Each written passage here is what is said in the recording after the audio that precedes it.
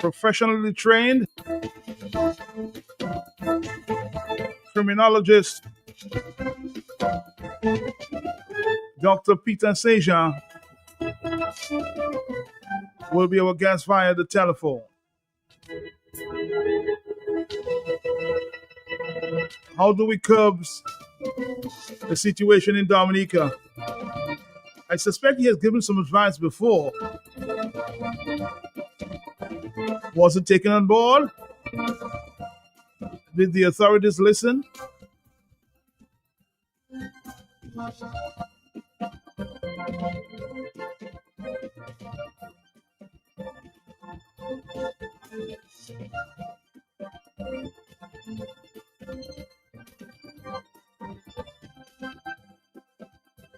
But before we hear from Dr. Peter Seja, I want you to listen again to the Prime Minister of Dominica.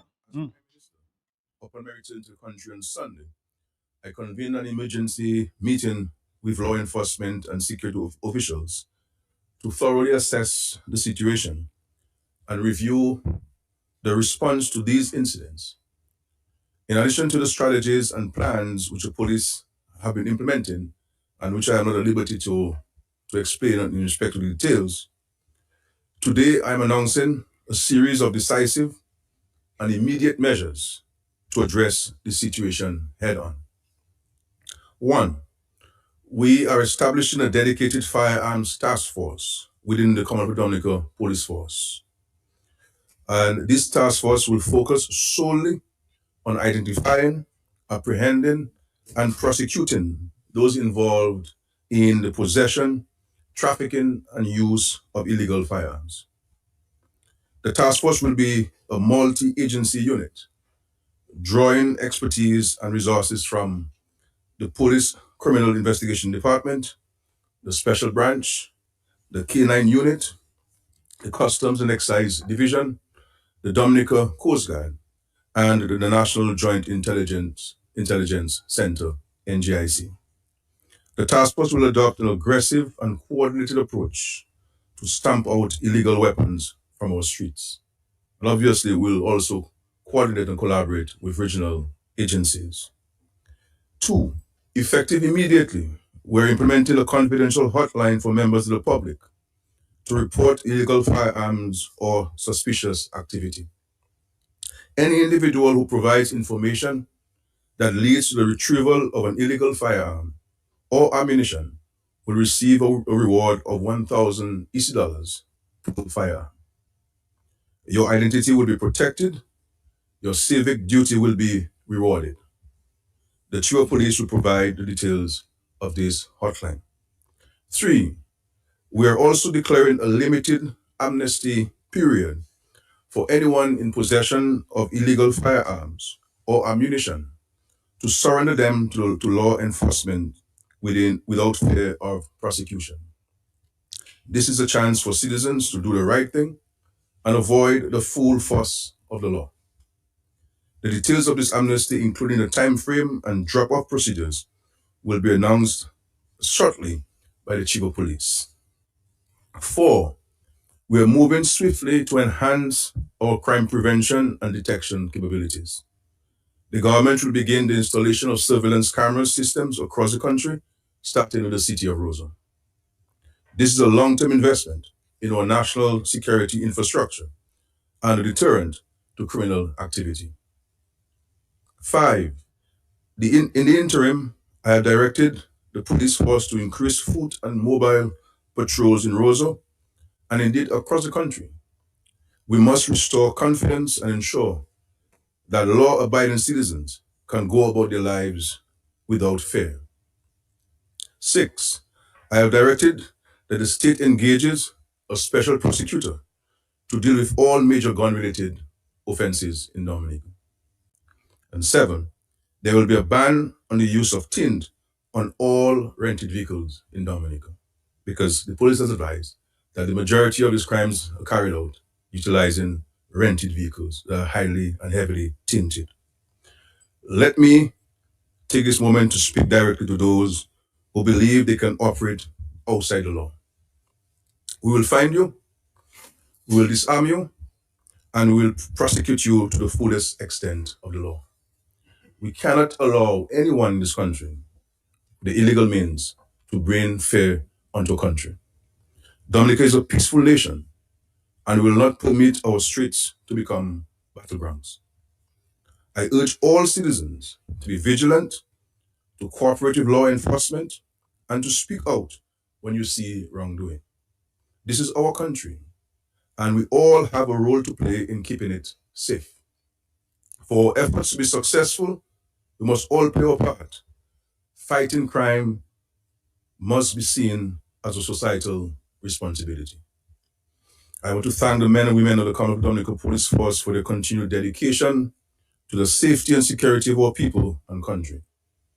You have the full support of this government once you carry out your duties within the confines of the Constitution and laws of Dominica. In the days ahead, we'll intensify our response. As Prime Minister, I will continue to consult with the Chief of Police.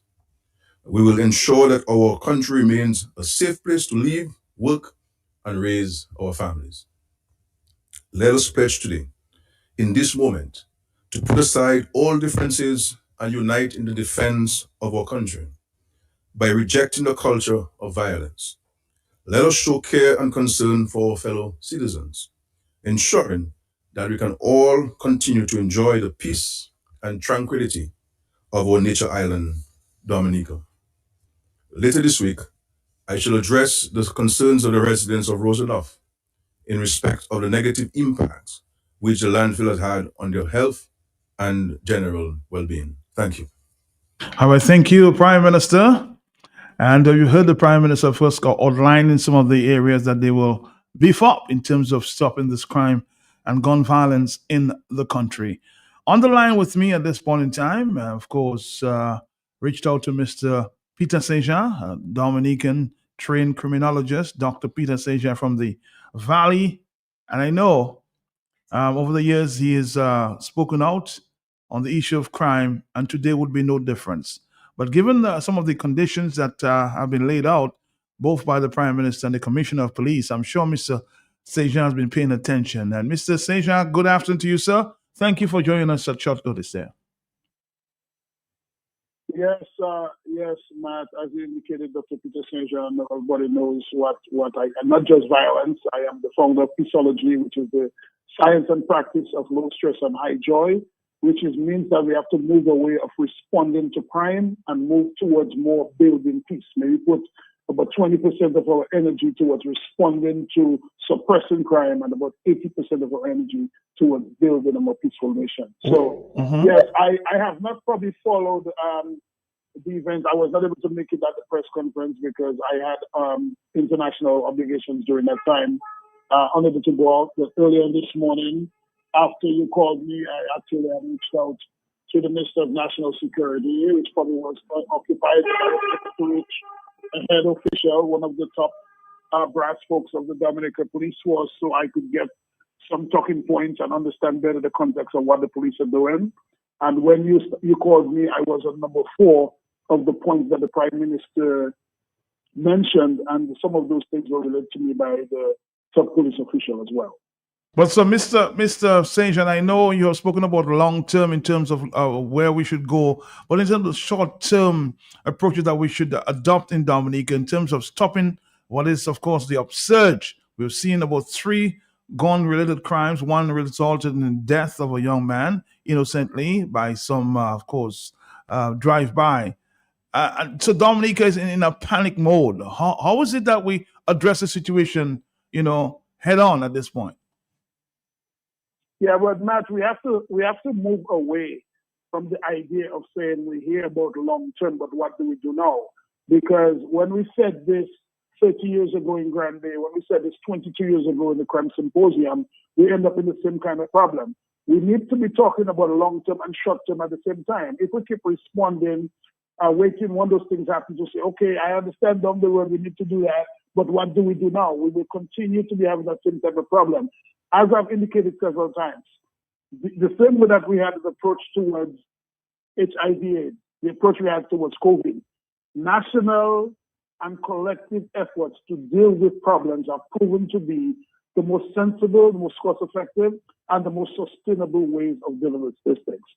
So I was pleased to hear the talking points from the Prime Minister, and I was pleased to hear what the top police official discussed with me today. Okay. The issues of responding right away to issues, the concerns. One of the things that the top police brass told me today is that the concern of the police is not so much so about the increase in the frequency of the use as much as it is an increase in the callousness of the use.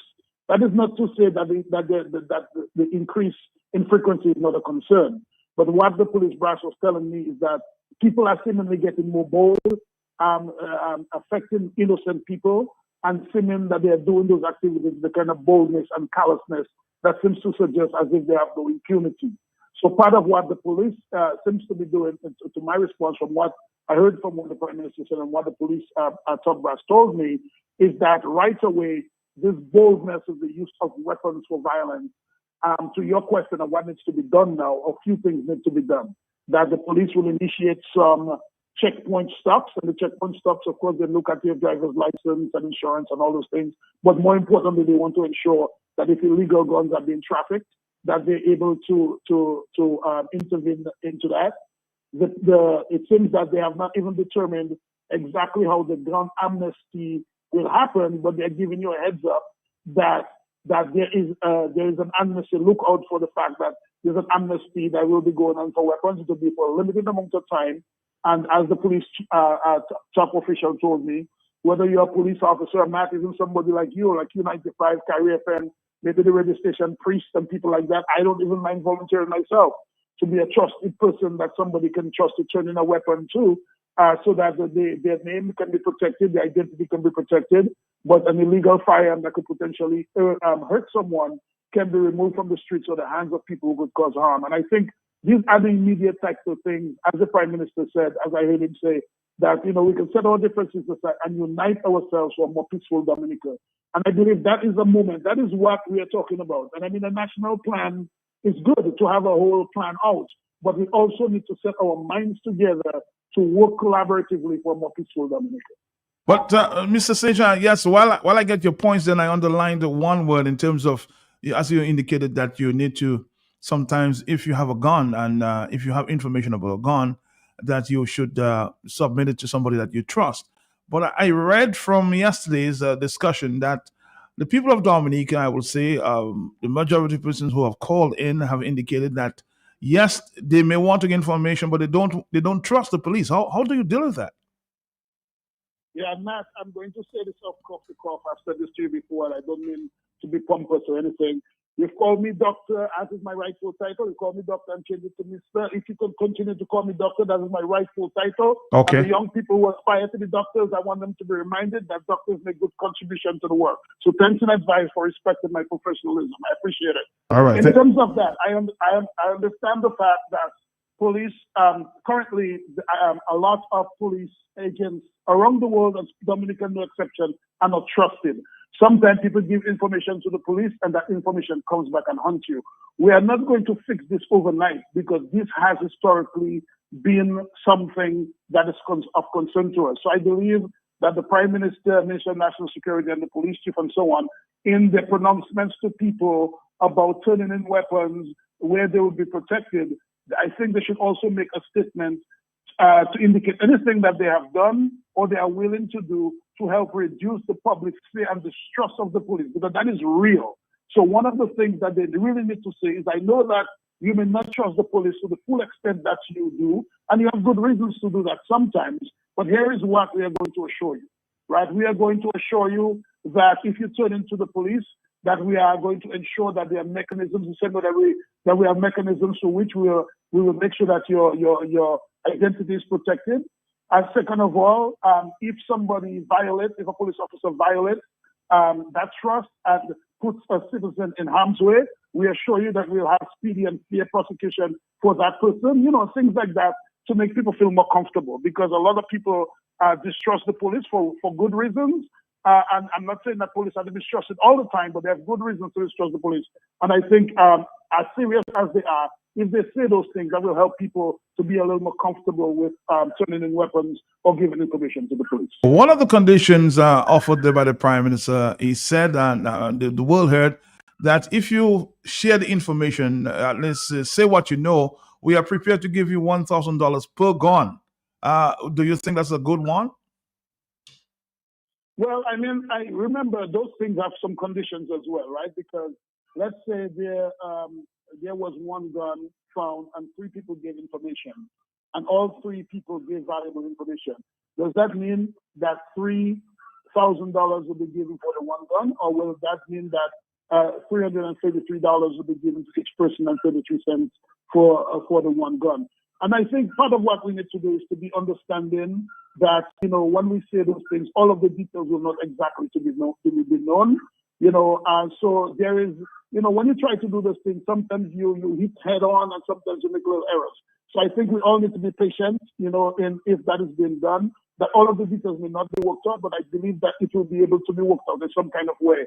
I think it is also probably a good idea for the police force, the Prime Minister's office, and Ministry of National Security to have some sort of pro bono legal services, to have a lawyer 2 or 3 on call, so that people who turn in weapons can actually have legal representation beforehand in case something wrong happens. You know what I mean? Because if you're turning a weapon on amnesty and that weapon could have been used to take a life, or it could have been used in active investigation, and the police have a warrant looking for you, and then there's an opportunity for you to get accosted right at that time. There could be some complications that could really muddy the water. When we do amnesties in different parts of the world, we as law enforcement people also realize that we will give up, we have to lose something. So sometimes we're actively looking for an offender, and the offender turns in a weapon at the time. This is not a good time to arrest the person, because there are other ways that you can probably find them. So, if for some reason somebody is on really at large, and for the person's own safety and for the safety of the society, that person may have to be accosted. I think that the person's right and the person's protection of the law should be guaranteed. And I think extra effort to have legal representation for anybody that is of high risk. And if somebody believes that if somebody's on the run and somebody has committed a crime, of course you should leave it in the police. But if you have a weapon, that doesn't mean you cannot turn it in if you're not turning it in yourself.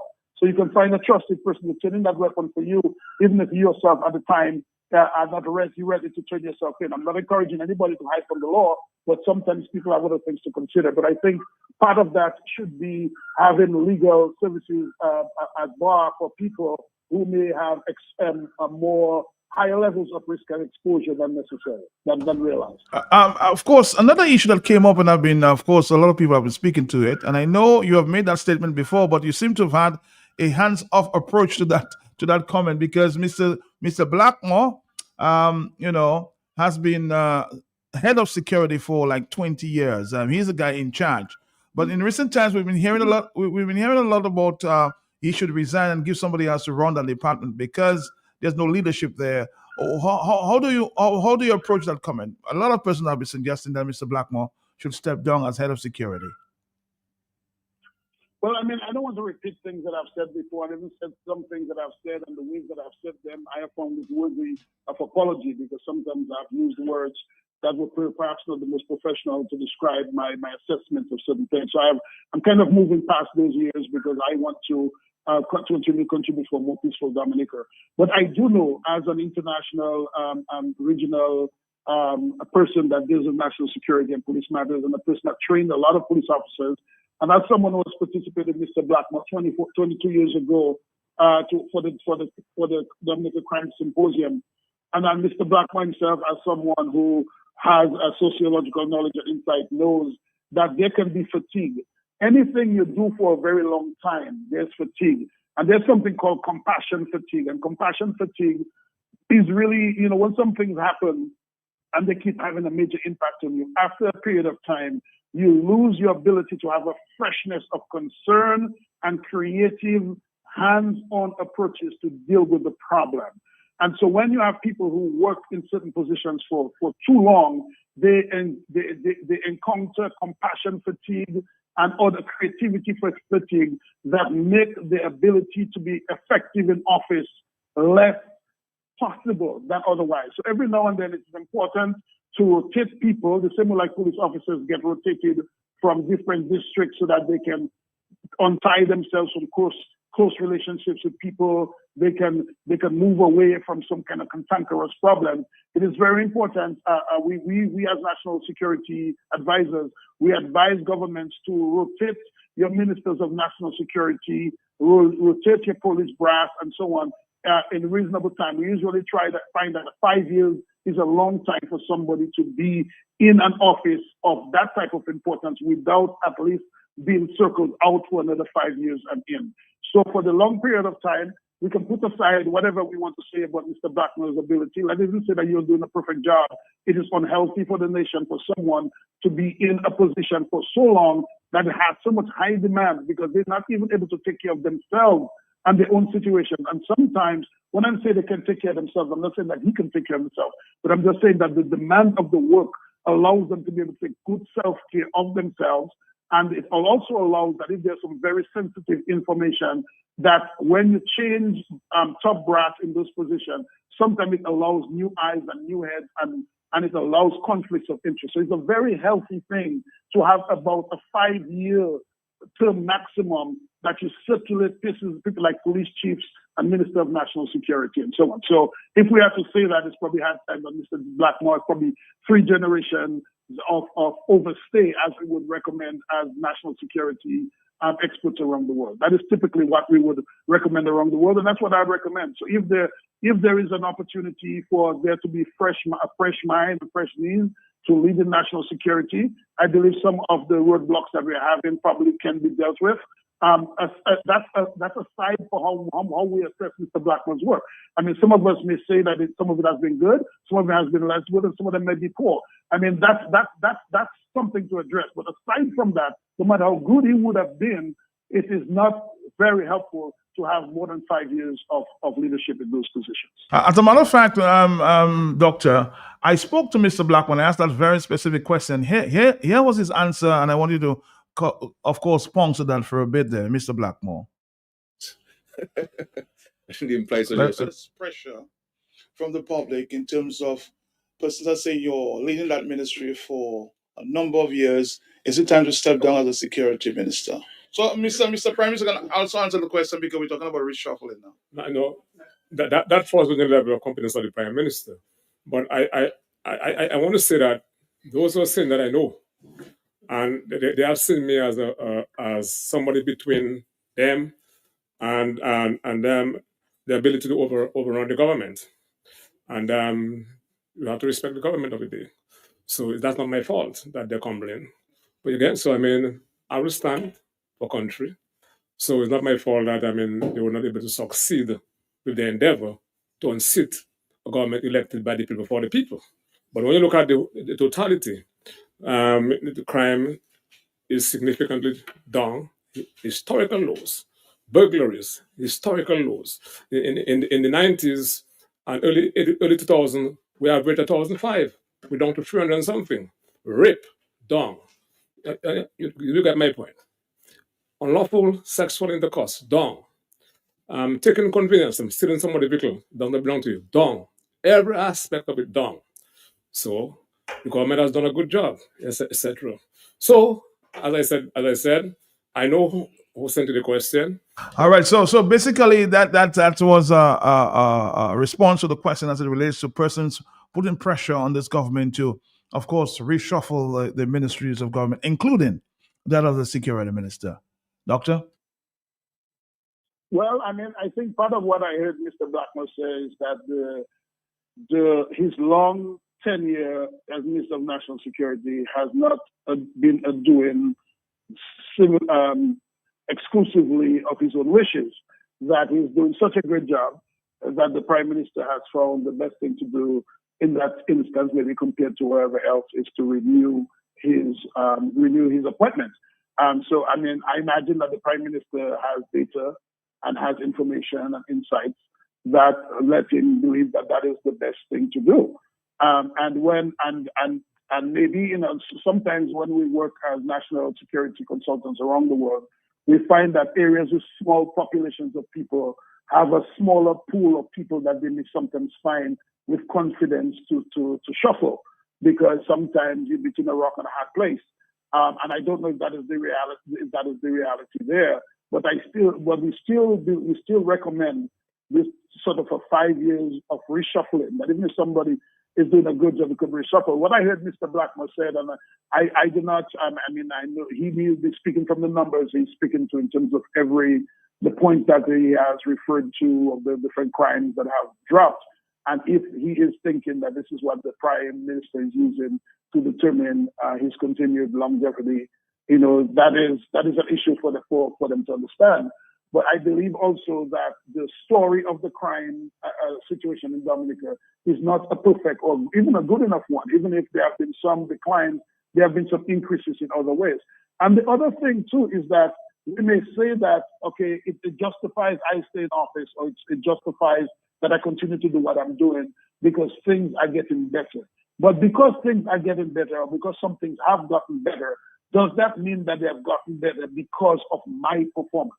And when we are able to isolate our performance to a trend that we are talking about, then we can have a justification to say that these things got better, partly because or significantly because of the contribution that I have made to that regard. So I'm not sure that I heard Mr. Blackmore making a case in point, but what he's saying seems to be that things are fine enough, or things are too bad for him to be able to remain in position. So I guess there's probably more to the story that he knows than I know, quite obviously. But I think being able to give somebody else an opportunity to maintain whatever strengths Mr. Blackmore may have kept, but also to build on whatever areas that he may have had shortfalls in, or the national security apparatus of Dominica may have had shortfall in, may not be a bad idea to give someone an opportunity to see if they could take us to the next point that this nation needs to go in terms of building peaceful Dominica. Another question to you, Dr. Seja. Of course, a lot of persons have been suggesting, even within the police force itself, and some of ministers of government who have suggested quietly that maybe a change will come when we change the hierarchy of the police force and bring in a foreign commissioner who will have a different idea as to how we should run this police force. That might help the situation, changing the heads at the top in the police force of Dominica. Well, A foreign, in other words, a foreign commissioner might make a significant difference. No, there is some credence to what these people are saying, because what we have learned from doing national security intervention and consultation around the world is that sometimes they are entwined and entangled problems that seems to have contaminated anybody that has competence to deal with the issue. So that means to say you need to have a person that is not yet tied to the current conflicts or the current problems to be able to disentangle it. And the only possibility, or the best possibility, is to have someone who's outside of the social network of the people who are in the current situation. And the result for that is a foreign person. We know that has happened in Dominica history, where in the Leeward Islands, we have had police chiefs from different areas.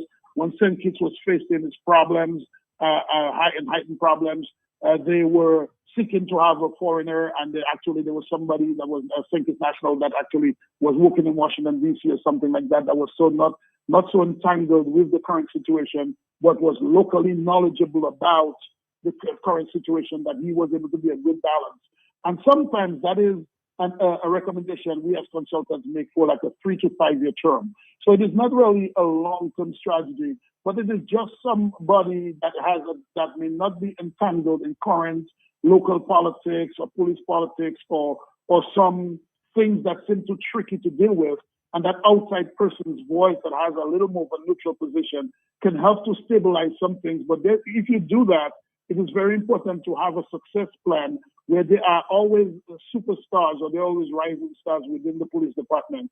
That person, that outside person, part of their job has to be to train 2 or 3 people to take on the succession of the leadership, because the 3 to 5 years period of that foreign person may just be to stabilize some issues, to surgically address some problems, and to build a leadership capacity within the unit. And what we have found is that when we have used outside people for 3 or 5 years, and we have strategically done the things that need to be done, and we build the capacity of the police leaders, the next police chiefs are usually better than the ones before, because we are able to break up some of the problems that prevented longevity. So that's not a bad idea. It just has to be done carefully. And the one thing I would say lastly about this is that you have to be careful about bringing outside people, because outside people can cause even sometimes more problems because they are not very aware of the local cultures. And sometimes not being aware of the local culture is a good way to break up some of the bad aspects of culture. But there are aspects of culture that the people need to know. So let's say, for example, there was a retired police officer that has lived overseas, or Dominica guy, Christian Dominica, that was a police officer until a sergeant or probably was constable, and he went overseas and he became a police chief and he came back. That person could be a very prime candidate because they would be aware of the local culture, but they may not be entangled in the current melees in ways that they can help to build the capacity for fresh leadership moving forward. Okay, there's a few more questions coming to you there. I mean, you are the expert, doctor. Somebody's asking, is it constitutionally acceptable for the Prime Minister and the Minister of Security to meddle in the operations of the police in Dominica? And I'll add to that, we've heard many times that our police have become too political, too partisan, and hence the problems we're now experiencing in Dominica. Your take on that? Yes, I mean, what it means by constitutionally acceptable sounds like more of a question for Ozzy Walsh or For a lawyer, yes. For a lawyer. So I will respond. I mean, although I train lawyers and although I train in law and so on, I don't think the person's concern is so much about this constitutional matter as much as they're concerned of what is in the best interest. Is it in the best interest of the nation to have police, to have government and politicians meddle in police affairs that appear to be overdrawn? I believe that's what the person is asking.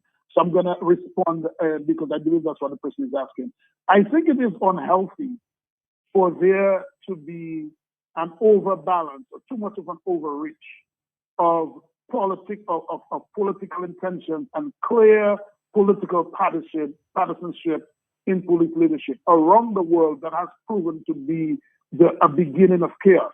Because a perfect storm for the high crime problem is when lawmakers and lawbreakers are in cahoots together, and they do that with the executive and legislative sections of government. That is to say that when lawbreakers are linked with the lawmakers, legislators, and so on, and the executive body like the Prime Minister and so on, are too sympathetic to them, it's a perfect storm for us to move from individual crime to group crimes. But what we see that happens in the Caribbean, happen in St. Lucia, happen in happen in Haiti, happen in Cuba, happen in other areas, especially in Jamaica, we see in Trinidad, is that we have individual crimes, one person killing one person, and then we have group crimes where a group of people kill a group of people. That is when it becomes exponentially problematic, rather. And when some of those crimes are of high stake issues, and they may expose people in politics, not just that the people in politics themselves committed a crime, but it might be relatives of people in politics, it becomes a very tricky thing. So sometimes the police has to actually prosecute the legislature, or the police has to actually act in ways that may not be in the best interest of politicians, because the acts of the politicians are not in the best interest of the state. And the interest of the police is above the allegiance to the party or the allegiance to the executive body, because the police have to act, of course, in courtesy and consideration of the head of state, but the police have to also act in ways that can correct the head of state if the head of state were not to be acting in the way the head of state or others in other heads of state or others that are heading the state. So it is a very unhealthy thing for politicians to meddle. That's why there are separations in powers, or politicians to meddle too much into police affairs. The question is, what is meddling too much? The Prime Minister came, not the Minister of National Security, and laid out some points, and I went down to whatever number of points he made. Somebody would say, well, why is the Prime Minister the one who is making this pronouncement and not the Minister of National Security, and so on?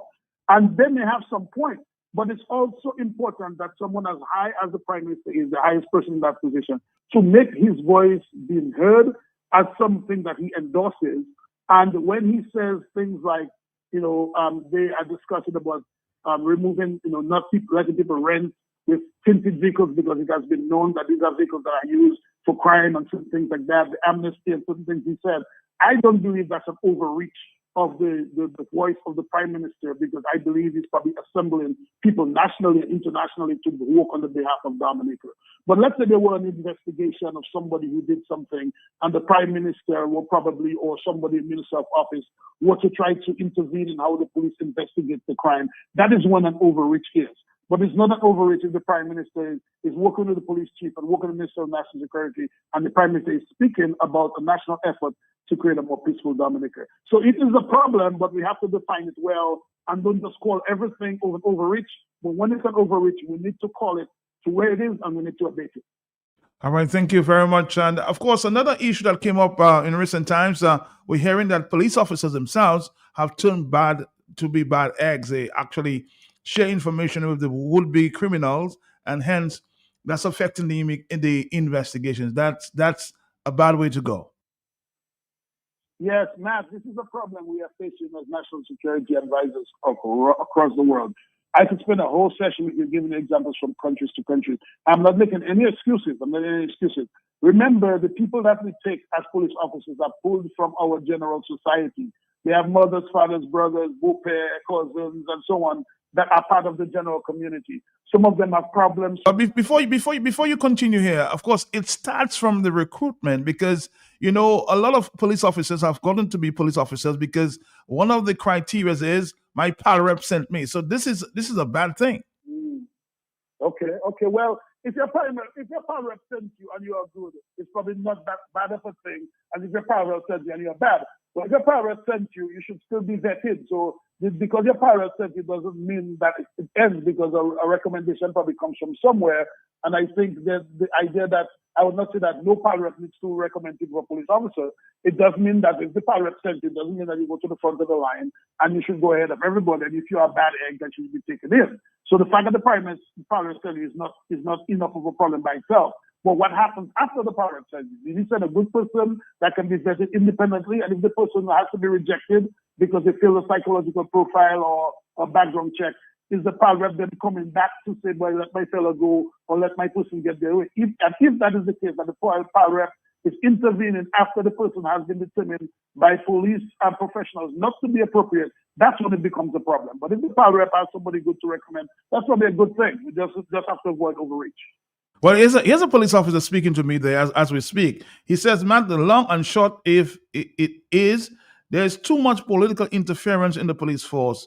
It's already gone too far. Do you think the present chief of police has any moral standing to be speaking on crime, given his alleged involvement in the Choksi kidnapping, which ironically that haven't given the public any explanation?" This is some of the, of course, the issues that have been explored here in Dominica. The commission himself is maybe being investigated as we speak. Well, it's not an unusual thing that we have reasons to question the professionalism, validity, and the usefulness of police chiefs. There are a lot of police chiefs that are in position now that should not be there. And sometimes the police chief position is a way for people to hide from things, mistakes, or wrongful actions they've done in the past. I'm not saying that this is the case right here, but the person who is saying this, they have a good point. If they believe, and that's a police officer speaking to me as we speak. Yeah. Yeah, but it's because the police officer doesn't mean that they have all the facts right. I'm not saying that true. Either. I agree. But what I'm saying is that if this is the case, the person is right. That if there is a person as a head of a police force who themselves is tainted or who themselves has, the law, the way the law functions is that we do not just have to do right by what is the law. We have to also have the appearance of doing right. And in our in jurisprudence, the appearance of doing right is sometimes even more important than the right itself, because sometimes the right is being wrong and it looks like the wrong. I mean, sometimes, of course, the wrong is doing that and it looks like right. But the appearance of right doing is very, very important in positions like a police chief. So I am not saying that is the case or not. I am not saying that because I do not want to tarnish the name of the individual. You're innocent until proven guilty. So my statement is not to endorse, but I will give respect to the police officer who may know what he knows. And if there is a police, someone who is heading a position that creates unnecessary distraction because of potential contamination, it is a conflict of interest for the nation, and it's a good idea not to have that person in that position, because that person brings extra drama and extra scrutiny, and it reduces the confidence of the public in the decisions of the ministers of national security, the prime ministers, and others who are responsible to ensure that they have someone leading the force that can give confidence to the people rather than to undermine the confidence. So if that is the case, then someone like that should not be in that position. But if that person is innocent, then we need to be fair and not wrongfully accuse a person if they are indeed innocent. But we need to really figure out, even if a person may be innocent or we may have or have not yet been proven guilty, is that person a good figure to have in that position without dismantling the public trust? Because we need to have the appearance of good leadership so we can build public trust. A very, very, very fair comment. But again, going forward, Doctor, it appears that we need to go, not only deal with the situation in the short term, but as you suggested very early, we have to approach it from a physiology state approach. As we try to solve crimes in Dominica. Yes, and Matt, let me just say as we're winding down here that I really, you guys, I speak the truth for the way I see it. Sometimes it pleases people, sometimes it doesn't please people. But I think the call the Prime Minister made, and the way I understood what I heard him say, is that he's asking Dominicans at this point in our history to put whatever differences we have aside. True. And let us promote peaceful Dominica. And I am also joining the Prime Minister in that voice and asking you, and I will join the Minister of National Security because I've been talking with him, I've been talking with the police chief, and whatever differences I myself have with them, because I'll never agree with everything. I don't have to agree. I will not agree with everything. That's just the nature of things. But I agree with them that we have to work together to promote a more peaceful Dominica. As the police head just told me a little bit earlier on, that if you know something, not just say something, but say and do something in a way that does not make matters worse. If you know a person has a weapon and they need to turn it in, but nobody has to go and wrestle them and fight them and you don't want to cause more of a problem. Find a way that you may know somebody that can talk to them. If you want to reach out to me, I have a lot of contacts with a lot of people who cause the shooting, who get the shooting, who get the wounded. If anybody wants to reach out to me, I have to be an intermediary to talk with somebody that can turn in a weapon. Even if the amnesty hasn't been formally determined, I have enough contacts with the police that we can create a safety zone so that those weapons can be turned in. And also there are people with legal weapons who have them in ways that are not kept safely, right? So we need to also talk about the firearms that may be legal, and even people who have the firearms, how you posture yourself and how you use firearms and what are firearms for. So we have that education to do as well. But let us really unite to promote more peaceful Dominica. I know that, Matt, I'm going to say the statement, but I don't want it to fall the wrong way.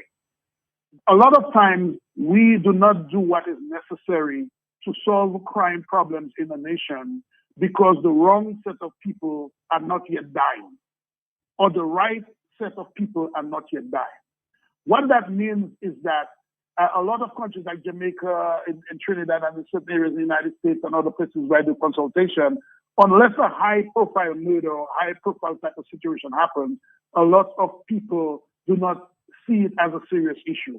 Well, okay, we can say the person who was working, the foreign national who was working on the boat, and or was not a resident of Dominica, who got shot. I'm not saying that any Dominican deserves to get shot, but when a foreign national who just came to our beautiful nation, country to contribute to a quality of life gets shot, this is probably some indication to people that some things are going too far. That, it doesn't mean that we can shoot each other, but when we are shooting innocent people and when we are brandishing weapons in ways as if we can get away with impunity, that is a level of disgust that we need to arrest. And we all need to work together from the leadership of what the police and the Prime Minister and Minister of National Security and people on the ground and vendors are saying to help make Dominica a more peaceful place. So let's join the board and try to do the best we can. Later on, Matt, we can talk about this because there's no such thing as gun violence because guns don't shoot people. It is people that have violence and choose to use guns. Why is it that people are so angry and they want to hurt each other? And what makes a gun make it more probable that people want to use a gun? And how do we stop the accelerant of a gun from causing chaos in our society? So let's join together for a more peaceful Dominica. Doctor, thank you. I'm sure we'll reach out to you some other time, and always willing to, of course, contribute to your own Dominica PCologist, first Dr. Peter Seja. Thank you for joining us in that discussion there this afternoon. Thank you, sir. Thanks for engaging me, Matt. I will have a good day. Bye-bye. All right, thank you. Of course, and during my break there, I engaged some senior police officers who basically said, Matt,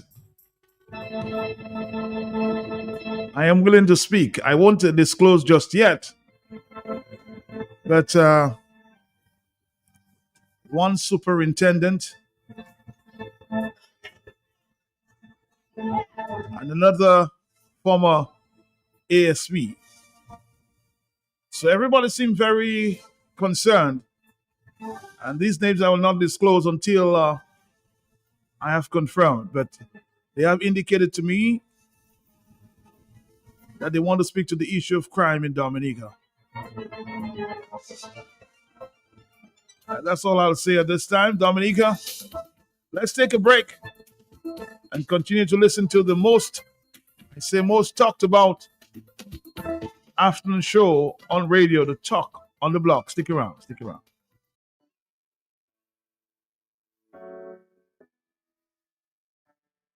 Going green isn't always easy, especially when options are limited. But at ESA Trading Limited, we're changing that just for you. We're proud to offer sustainable solutions that help you make a real impact, one small step at a time. Say goodbye to styrofoam and hello to our compostable clamshells, trays, and baggers products, the perfect eco-friendly upgrade for your takeout packaging. Because great food deserves a great container, and ours are sturdy, stylish, and earth-friendly. We've got it all. Clamshell bowls and lids, cake plates, corks, round containers, forks, spoons, even free compartment meal boxes, all made from renewable materials like wheat straw, sugarcane baggers, and PLA. Our compostable containers break down in commercial composting facilities, helping reduce waste while keeping your food fresh and your conscience clear.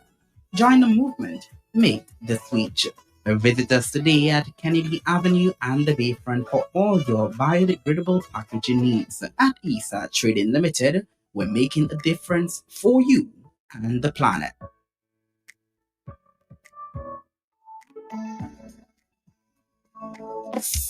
I wanna drink Dominica, that's rum with you. I wanna drink Dominica, that's rum with you.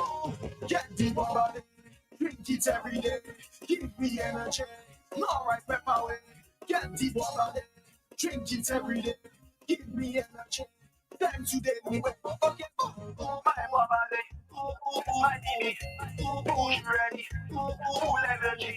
My body, my knee, ready, full energy. Okay, distributed by Belfast Estate Limited. Drink it, but don't abuse it. Okay, boom. During a hurricane, if there is a lull after the eye of the storm has passed, stay in a safe place, except to make emergency repairs. The wind may return suddenly with even greater strength. Since 90% of hurricane casualties occur from drowning, you must evacuate islands and beaches and other vulnerable locations as early as possible.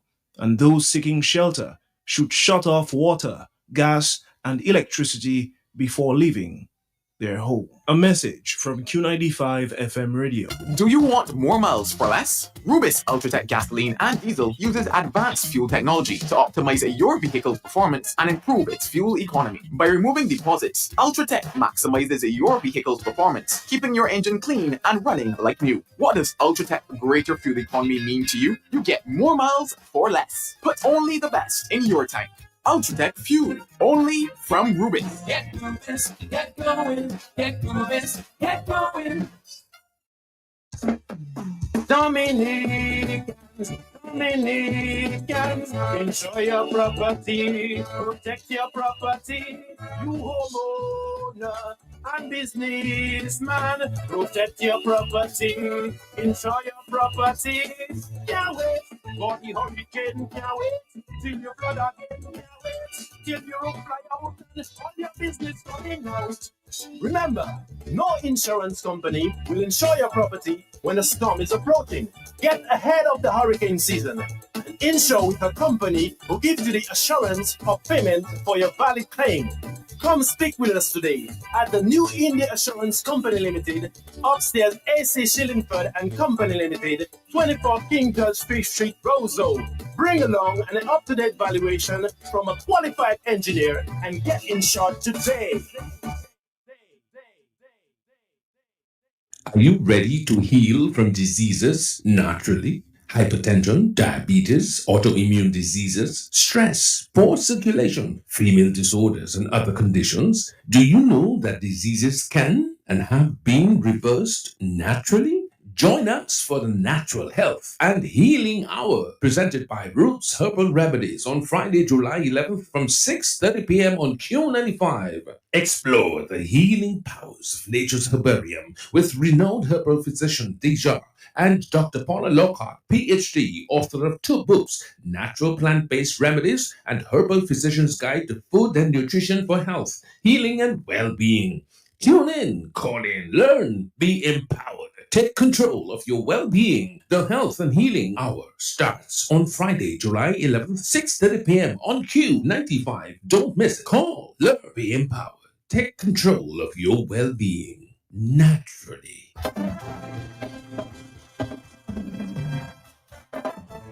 This Friday on Creole Habit, we continue the powerful journey for 25 years of rhythm, cultural legacy as part of our special WCMF at 25 radio series. From Idea to World Class Festival, we welcome a true cultural visionary, Mr. G, Mr. Sheridan Gregoire, foundational chairman of DFC and the boss of the original WCMF team, a man with immense experience, a leader whose passion, purpose, and persistence help give birth to what is now Dominica's most iconic festival. Tune in as we explore his role in shaping the foundation of the World Creole Music Festival, the bold vision that turned a dream into a movement, the key accomplishments that defined the early years of WCMF, the challenges he faced, the triumphs that followed, and his message to the next generation of cultural builders. This Friday, 11 a.m. on the big station Q95 FM, Q95 Facebook page, and Q95 YouTube channel. Creole Habit, WCMF at 25. One conversation, one story. A man who helped transform culture into legacy. Mr. G, Mr. Sheridan Gregoire. Creole Habit, this Friday, keeping the rhythm alive.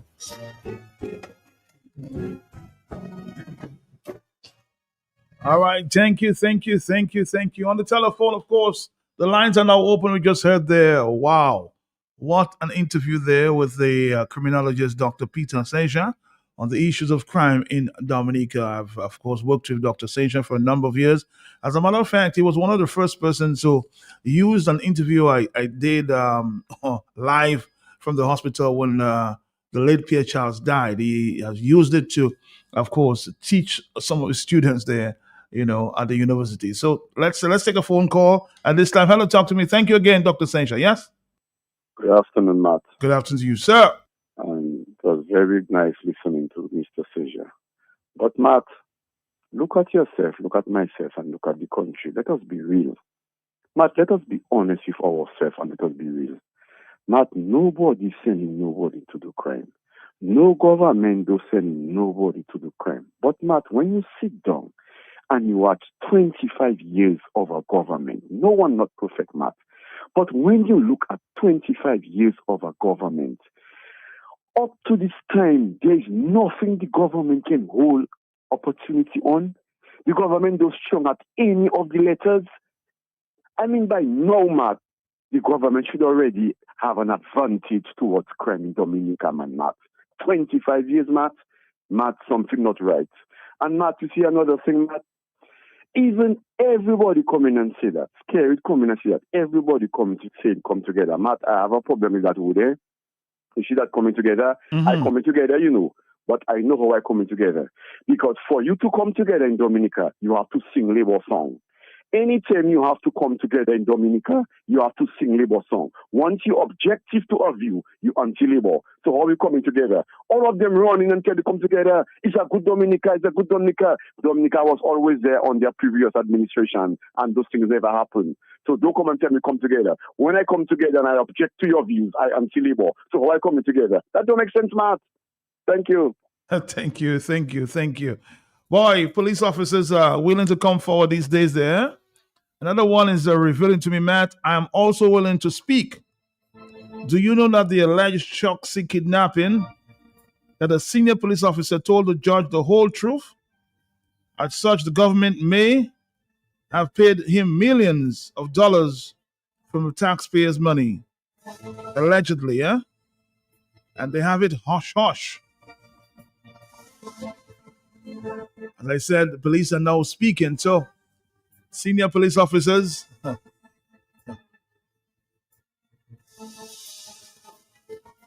hold your waist. Police speaking up these days, huh? I guess they're just fed up.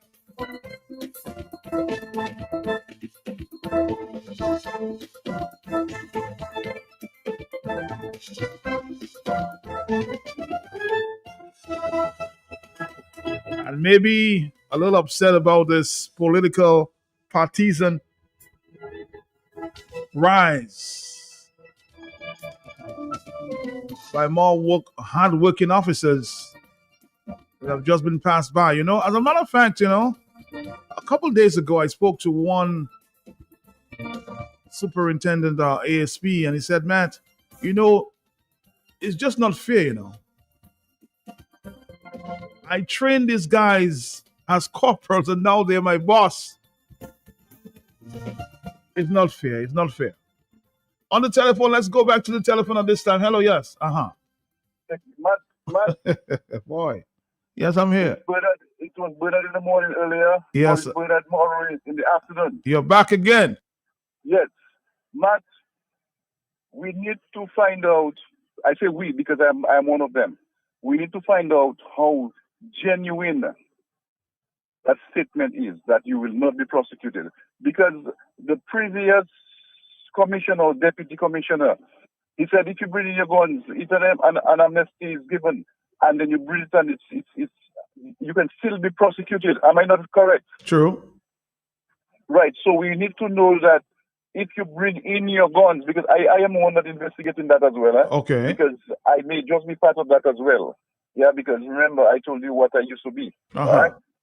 Now, we need to know how genuine that statement is. You will not be prosecuted. Yeah?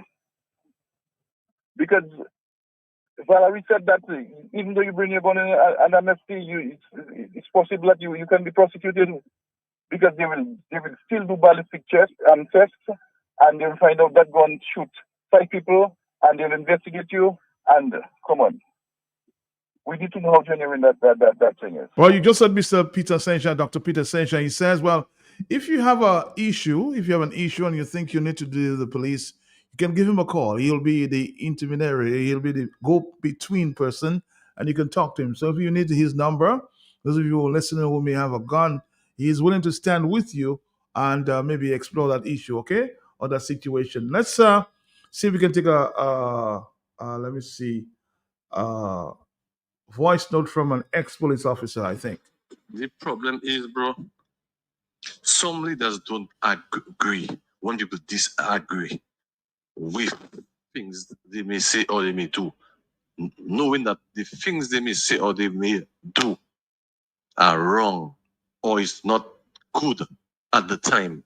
So they look at the people who do not agree with them, who don't sing their song as enemies, whereas these people mean well. Whereas what these people are saying are for people to come together. But because you are not singing a particular song, it's like, I see you as an enemy. And that is what that is affecting the country. So sometimes people come and say, let us work together, come together, put differences aside.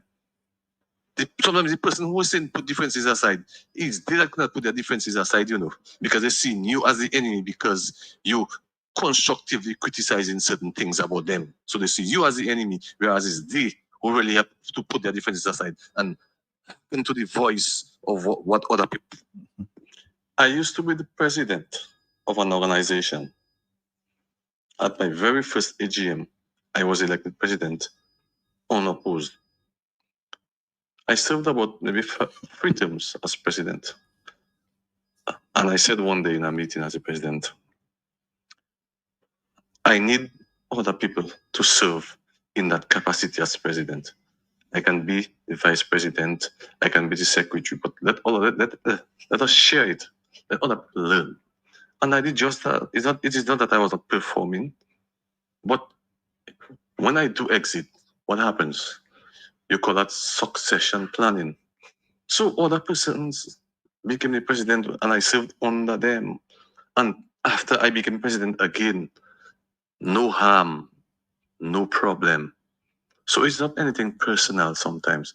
But to me, in my respectful, humble opinion, I think somebody else should take up the mantle of national security, in the interest of allowing fresh blood, fresh ideas to come in. It's nothing personal or nothing hatred. But I think that by now that would be a fair way to go. And for me, if I was Blackmore, it's less pressure on me, or you want somebody else. Allow somebody else to learn to. There are other persons who are capable, who are competent. So to me, it's nothing personal. Honestly, Mr. Blackmore, I don't see that as something personal. Maybe it's when they say when one door is closed, other doors are maybe it would be an opportunity for you to shine. Or I'm sure there are other areas you can provide good service. So I don't know. I told me it's not anything personal. Somebody says, okay, Border Police Force. Remember, JJ sued the police in government, right? So how is he now ASP? Just a question. Assistant Commissioner of Police. What deal did he make or compromise? You see where the corruption is at? I can tell you that police officers are now speaking. As I said, and we will have 2 senior officers, not current though, not current, I will say that, to speak to the ills of the police and speak to the gun crime in the near future. This is the Talk on the Blocks. Hello, talk to me, yes. Good afternoon. Matt, sorry this morning that it hurt me, man, to see every time a man dies, a brother of mine, and it's gone. And the scene is not easy on the street. To Mr. Blackmore, I feel Mr. Blackmore is a real failure to national security in Dominica. Because throughout all the crimes that is happening, Mr. Blackmore never takes it on his own and give you a proper statement. Matt, you can testify to that. If you call him, yes, he will call, and yes. But to say, to all the things that really happening, you never hear Mr. Blackmore really come on the platform or the portfolio or whatever, or send a recording for you, and really talking seriously. But there are some who believe, of course, his side of the story. I mean, you'll have people for you and people against you. So it depends. It depends always that it depends on what side of the fence you are. You can believe or you don't believe. Yeah? Matt, we're not in a believing world, we in a reality. Let us do it as it so. If you are a national security man, if Q95 is giving more information as national security for Dominica than Mr. Blackmore himself, even you breaking news in certain crimes or whatever. It's doing it better than Nikolai. You understand? So when you're telling me about Mr. Blackmore is a failure. You understand? And it's a scary. I don't know what he and Mr. Blackmore have that you don't want to brush Mr. Blackmore aside and get somebody proper. You know what I mean? And for JJ, we have to watch it when you're talking about JJ. You understand? Of where he be and where he be. JJ is a highly class educated police officer. I didn't know about his doings as on the table. But when come for head and books and can do it and paperwork, and this man is very qualified. So they cannot brush a man like that on the side. If he have to stand up and say, look, it's justice, let us put justice where justice is.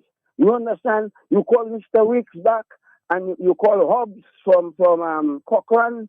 And I think if you have Mr. Wicks and Hobbs as deputy commissioner and commissioner, because that's the only man that's sent to arrest Mr. Skeleton, Hobbs, and he never been a commissioner again. And that is the truth. That is the truth of what is really happening in Dominica. If we stand up for what is wrong, we are going to get everything right. But we are standing up now for all what is wrong that should be right, that our grandmother taught us. So if we come together, yes, we are one, we are coming together, and we are still divided. You're going to church and pray. Why are you going to forget what dress, what shoes, whatever? Because they're doing it to me. They don't expect me to be going to church, but they want to go to church. For what forgiveness? For more wickedness. All right, caller. We have more calls, so let's take a few. Thank you, Cowboy man. Always making an intervention here. Matt. Oh boy, so many messages to read there. So little time.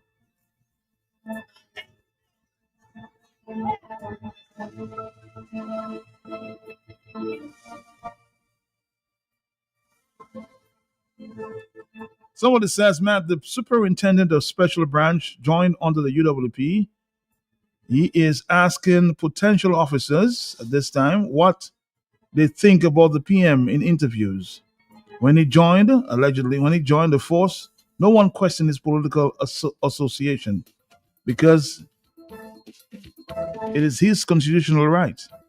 He was under investigation for allegedly stealing while working in Posse. Now he's a ranking officer for loyalty. How is he expected to maintain integrity, discipline, and respect? What is he going to do to encourage young officers? Is he going to tell them work hard or kiss butt? Let them know political affiliation is a constitutional right and not a ground for choosing who becomes an officer. That's a WhatsApp message, and more are coming in as we speak.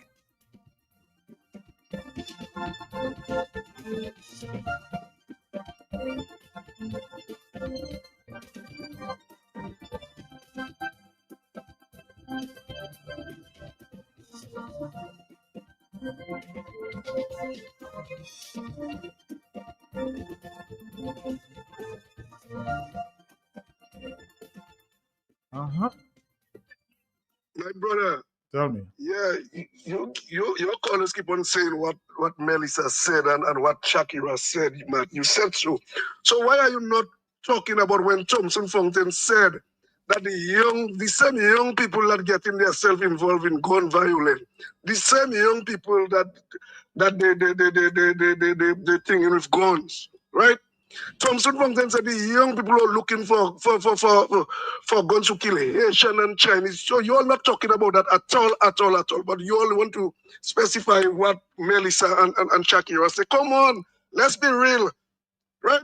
Let's be real. So are you not condemning this statement? That Okay. If you're saying that Thompson said that, I'm telling you, if he said it, it's wrong.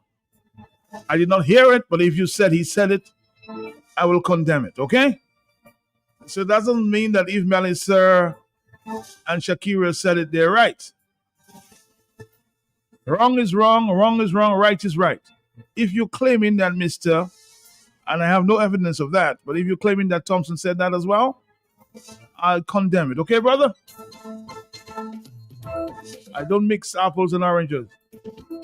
On the telephone, hello, talk to me. Yes. My brother, bless you. Blessings to you, sir. You can, just a quick little suggestion to have Franklin there. Most of the messages you want to read, just send it to his phone. Let him read it while they're preoccupied doing other things, maybe scanning, scrolling, assessing, whatever. I think you're overworking yourself many times, Matt. Matt, something quickly. Not coming together. Let us say you want to come together with, the opposition, Dominicans.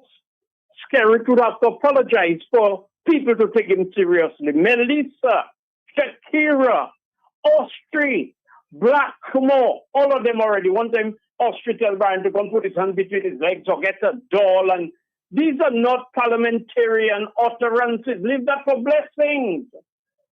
And not for us to wipe the slate clean. Scary has to give us an account. We want the final tabulation, Scary. But you cannot have Skerrit saying, Skerrit initiating investigations and certain actions and proper procedures. When you talk about the tinted thing, man, he said, I, and Blackmore. Blackmore is not Skerrit, God dog, is he? Blackmore has to tell Skerrit, let me tell you something, but maybe he different. They'll fire him a third or second time, Matt. So it is sad, Matt. I listened to Dr. What's the criminologist name there, Matt? Dr. Peter Sejan. Dr. Peter Sejan, my brethren, my family as well. You're being overly diplomatic, my brother. Yeah, I can understand the diplomacy and the jargon and all of that. But Matt was telling you certain things that were said and the way, not necessarily play it down, but you were just being diplomatic in your responses.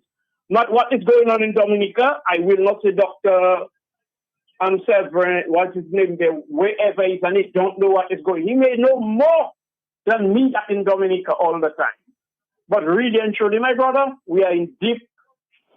Franklin, you can say that on the radio. Remember Franklin, anything like that. So it is sad to see, Matt, the state of crime and lawlessness. Hear what Paul is saying, and that's what we have heard. You have police officers in high places who have committed crimes, and they get promoted. Matt, do you know the terms and conditions for the promotions? It's unlimited and unrestricted and eternal loyalty. I have dirt on you, you have dirt on me. I hope not that is not what's happening between, let me not say why they cannot fire him. And he's just saying, look at how puerile and juvenile. Oh, I know who said that. But if there is a suggestion on a rotation based on Blackmore close to expiration date, what have that have to do? If Hillary said it, if Blessing said it, we all said it based on even that whole baby Sarah scandal. And if he had any principle and respect for himself and his family, he would have resigned. Get out of the spotlight. But it seems like it's a till death do us part. It's a cult, and them man agreed they're not going to come out. You listen to Blackmore in closing? Or all you vexed there because if I'm not there, that means all you will do what all you want to remove government. The words of isn't that close to what he said, Matt?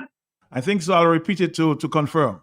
Yeah, because he's saying he's the one that preventing people from doing what they want in Dominica to get rid of Skerrit and the Labour Party. If you read between the lines, dot your eyes and cross your teeth. So that's what he's hired for. To hell with integrity, to hell with morality. These guys don't care much. So it is sad. It's the people of Dominica that have to face that kind of assault from criminals in and out of government, Matt. And these guys are just laughing all the way to the bank, even when you ask Eric a pertinent question pertaining to his wife and what she said, he can't discard you. He was just discarded, Matt. He was just discarded by he discarding himself because everybody seems straight through you, scary. You cannot fool people saying about fighting crime. You that tell us no law, no constitution, and go to hell is not going to curse us, and you keep insulting and cursing us. Give somebody else to talk about law and crime and lawlessness and whatever. And you that Minister of National Insecurity, but you really need to resign. Thank you. Thank you. Thank you.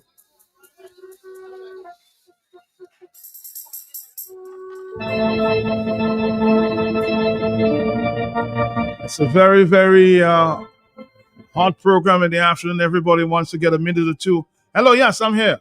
Please. Good afternoon, Matt. Good afternoon to you, sir. Matt, Mr. Blackmore made a claim that crime was down. He listed a whole bunch of areas that indicated that crime was down. But how is that? That seems like a contradiction. How is he saying crime is down and then he's having a conference about the rise of crime? He was talking, I suspect this conference was more about gun violence and murder that took place, the murder that took place earlier this week. But the other areas, he's saying that it's certainly down. And I think he has some statistics to prove that. But I'll call him sometime, maybe later this week, to give us some statistics. Huh? Hold on a second, Matt. I'm here. So theft is down, and gun violence is up. Is that what he was really saying? So petty theft may be down, but gun violence, which is a killer, is up. Is that what the idea is?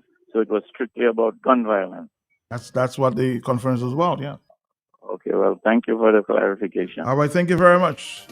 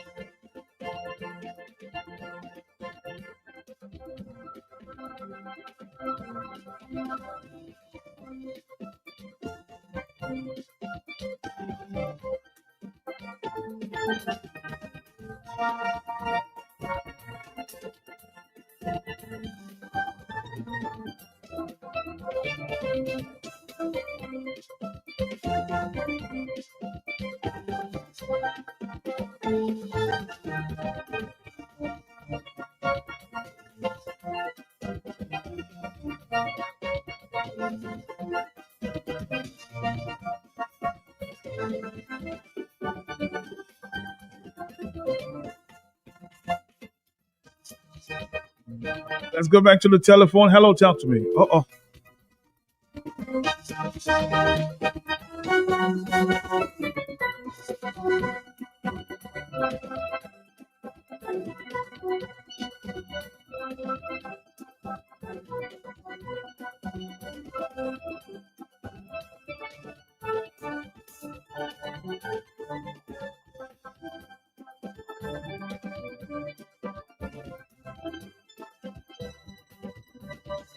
It's 2:31. Hello, talk to me on the telephone, yeah?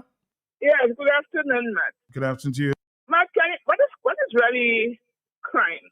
Crime is when people doing illegal activities, things that are illegal, right? Yep. Can you remember a time a couple of years ago when Roosevelt Scary person said that racketeering going on at the what Department of Labor? Yes, I heard that. That was a crime that was being committed there, right? Yep. He said, sweep it, clean it up, brush that up. That was a crime that was being committed. And you, as the Prime Minister of the country, instead of saying, no, we have to fix it and do something about it, that it will not happen again, you said to clean it up, sweep it under the carpet. Huh? Roosevelt carried as the prime minister.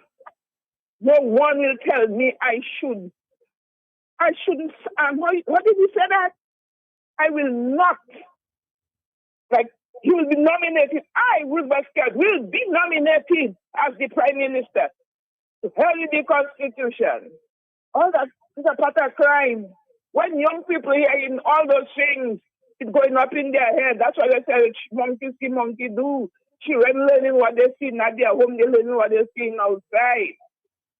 When you're hearing you having policemen that do illegal things in airport where money is concerned, and killing it under the carpet, next thing you hear them being promoted. All that. Them young people seeing, monkey see, monkey do. You cannot tell people not to have untinted windows. When you, as the Prime Minister of the country, nearly all your windows, all vehicles, in policemen have vehicles that are tinted. Why are you have them tinted? Is because to hide something? So you can't tell them people that have their rental business to untint their vehicle. If you have charity begins at home, and if you want it done, you have to start doing it for yourself. All the windows you have tinted there, untint them. Because you should not be driving in a vehicle tinted. Too many things happening in that country. What happened to the guns that were stolen or taken at the St. Joseph police station? Might have that been retrieved? Not that I know. Nothing. Where is the gun? Nobody knows. Nobody sees. Something on top of the governor head. Nobody knows. Nobody sees. But we have too many things going on in that country. When people are listening, because a lot of young people meeting and tell me, Blue, I hear you and I listen to you. I can't speak, you know, I'm in that job. Speak for us. They hear in, they listening. So what all you think? I mean, give me a break, man. Or you have a minister sitting, maybe minister, rep in your government that was accused. According to what they say, she was accused of robbing somewhere, being thieving somewhere, and nothing had been done about that. It was on camera all over the place. That person still in their job. Are you talking about crime? Should say crime. Bye-bye. All right, Blue, thank you very much. Let's listen to a voice note, I think, from Morning. You know, it's so ironic that I was looking at some old voice notes that I sent you things back in 2021, and I really was tempted to send it to you because it pretty much can apply to today. And I hate to say many of us who in the past, especially, we spoke about the ills of Dominic and what will happen. We were referred to as so many names, you know, preachers of doom and gloom, you know, haters of Dominica, enemies of progress, and the list goes on and on. But Matt, I will stick to what we've been saying for so long. The only way that Dominica is going to change is for a change of administration. You have the same administration trying to fix the things that they created. They have no ideas. They have no plans. There's nothing. There's absolutely nothing that they can do right now to fix the problem. The only way that they can fix the problem is to get out. Let people with fresh ideas, new ideas go. You have a minister of security talking the same things over and over. They created that problem that's in Dominica. They created, all what we're saying there is as a result of the policies that were created. You have a system that is so damn corrupt that every time you have a prime minister who is involved in every aspect of every decision making, even if the commissioner wants to implement certain rules that apply, when, God forbid, one of the persons caught is somebody they know, what do? They give them a slap on the wrist. Yet we see them going after the opposition members, charging them. Look at the kind of bail that they gave people like Spags and all these people who protested the last time. Look at the kind of bail they gave them. Recently, there was 2 young men who were caught with guns, and what kind of bail did they get? $15,000, and they were let home. Whereas they kept these people in jail. Even women, they kept in jail. So you're telling me that this kind of selective justice won't trickle down, or won't go up, or won't spread out, and innocent bystanders, unfortunately, will pay the price of a system that is just so evil and corrupt, Matt. That is the biggest problem. I mean, there is nothing more to say than this administration just has to go. Not just Blackmore has to go. Roosevelt needs to go. Every one of his ministers need to go. There just needs to be a clean house in Dominica, new ideas, fresh ideas. People talk about, oh, we're not doing this, we're not doing that, this community. Go to that community. Every single idea of a community is infested and infected with these people. They infected the music industry. Look at what has happened to it. It infected it.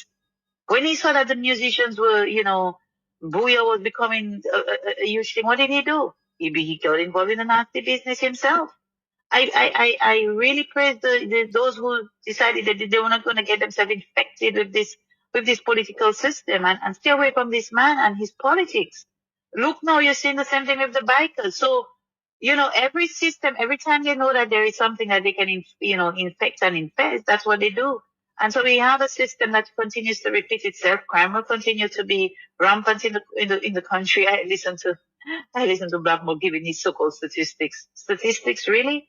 Did he give the statistics of how many young people are dying every day? Just dying? And not just dying, physically dying. Their dreams are dying. Dream killer dreams are dying, giving up, Look at the level of suicide we've been having recently in the country and people who unfortunately who just tried committing suicide. What do you think is causing that, Matt? It's a hopeless system, a system of no hope. That's why. So all of this is killing our young people. Watching them on the street, and we call them vagrants, and these are people who they just get the kind of help that they need, psychological, mental, emotional, and more so, give them hope of a better future. These people won't be on the street, and we won't have to call them these awful names. So yeah, give these statistics about rape and all these different things. Really? Are we really, really taking true statistics of the desperate way that people are living in Dominica, Matt? And the true crime rate and crime wave that exists? That they even have to come and do a press conference because right now people who are not even affiliated that are getting killed. Alex Bruno's son got killed, just man on his way to work, not troubling anybody. People, you think it was a good name for Dominica, yet they call people like us who speak about the hills of Dominica giving Dominica a bad name. You think it was a good name for this man who was affiliated with this boat that came to Dominica after so many years to get shot in his backside? Give me a break, Matt. All that system needs is to be cleaned out. Roosevelt and his entire cabal of corruption needs to go for Dominica to grow. Thank you, Matt. Have a good day. Bye-bye. Dominica Q95 Radio is opened for your business in collaboration with the National Development Foundation of Dominica. Get ready to join Q95 Radio and NDFD for Nature Island Small Business Buzz, a live radio program bringing in empowerment to small business ideas and entrepreneurs across Dominica every Tuesdays and Thursdays from 4 to 5 p.m., offering a unique national platform for small, medium, and growing business enterprises in Dominica. Together, we'll aspire to connect, advertise, learn, collaborate, and witness small business entrepreneurs thrive and succeed in the fertile broadcasting soil of Q95 along with the NDFD. Join us on our journey every Tuesdays and Thursdays from 4 to 5 p.m. One unbroken, exciting hour of free Q95 Radio small business promotion as together we explore all the challenges, the setbacks, the setups, the comebacks, stories, the history, the startups, the breakthroughs, the financing, the sweat, the toil, the sleepless nights, the heartbreaks, the triumphs, the business plan, the overall success in pursuing your small business dream come true in the Commonwealth of Dominica. Join veteran broadcaster Franklin Peter Moses and Mr. Donald Bacasio, highly skilled, qualified, sought-after business and entrepreneurial manager, small business development expert, and strategic business coach. Together, we're taking you and your small business to the pinnacle of success in the Dominican economic landscape. So don't miss Nature Island Small Business Buzz every Tuesdays and Thursdays right here on Q95 Radio, the big station.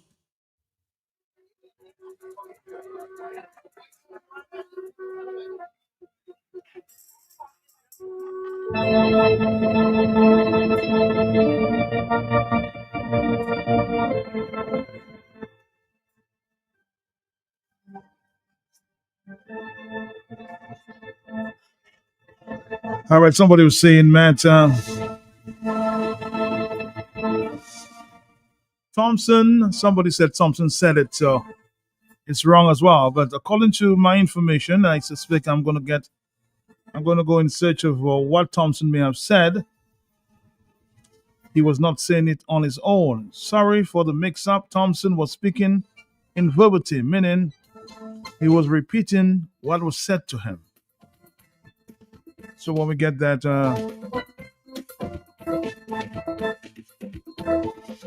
voice note, I'm sure we'll play that to you. Okay, my friend in St. Thomas. So again, Mr. Thompson, based on the information now coming to me, was speaking in verbatim, meaning that he was speaking or repeating what was said to him. He was basically saying what the young people were saying to him.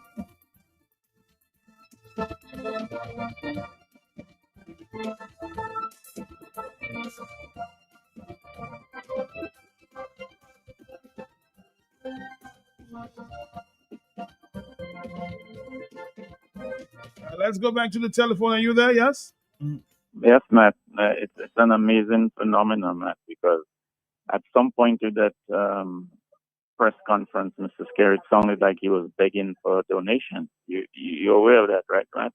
Donation? Yeah, he sounded like he wanted businesses to contribute to keeping crime down. You missed that part, Matt? No, I think I remember. Yes, go ahead. Yes. Yeah. So what I'm trying to say is that he's sounding like he's begging for donations as if he doesn't have money to invest in keeping crime down or dealing with the situation. That's how you read it?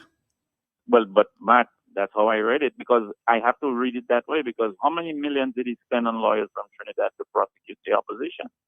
If he didn't spend that money, he would have it to be able to deal with the criminal element right now.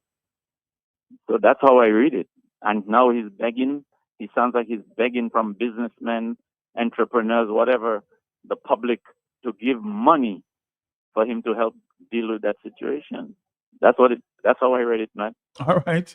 What is your interpretation? I will try to find it to see how people may have read it as well. So let's take a quick break. We'll come back after this. Yeah. Ready to heal from diseases naturally? Hypertension, diabetes, autoimmune diseases, stress, poor circulation, female disorders, and other conditions. Do you know that diseases can and have been reversed naturally?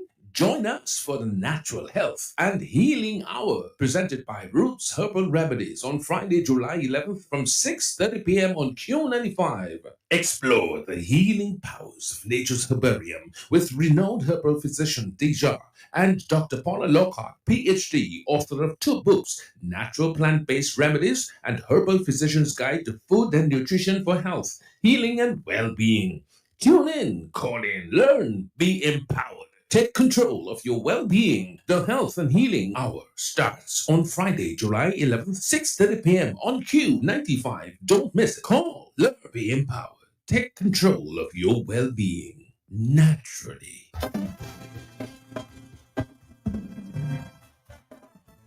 This Friday on Creole Habit, we continue the powerful journey for 25 years of rhythm, culture, and legacy as part of our special WCMF at 25 radio series. From idea to World Class Festival, we welcome a true cultural visionary, Mr. G, Mr. Sheridan Gregoire, foundational chairman of DFC and the boss of the original WCMF team, a man with immense experience, a leader whose passion, purpose, and persistence helped give birth to what is now Dominica's most iconic festival. Tune in as we explore his role in shaping the foundation of the World Creole Music Festival, the bold vision that turned a dream into a movement, the key accomplishments that defined the early years of WCMF, the challenges he faced, the triumphs that followed, and his message to the next generation of cultural builders. This Friday, 11 a.m. on the big station Q95 FM, Q95 Facebook page, and Q95 YouTube channel.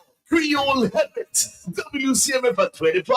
One conversation, one story. A man who helped transform culture into legacy. Mr. G, Mr. Sheridan Gregoire. Creole Habit, this Friday, keeping the rhythm alive.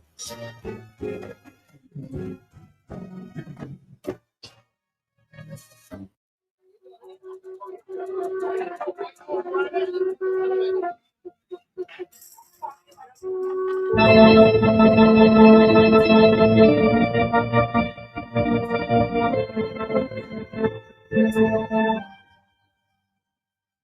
know there's some other issues that you want to explore tomorrow. Wednesday is an open line, so we can speak about some of these issues on the telephone. Hello, talk to me. Yes. Matt, you must play it again. In the church collection he spoke about. So he want the church to give donation. Okay. Yes, I'll play it again. 449-309-596 and 97. Let's go back to the telephone. Yes.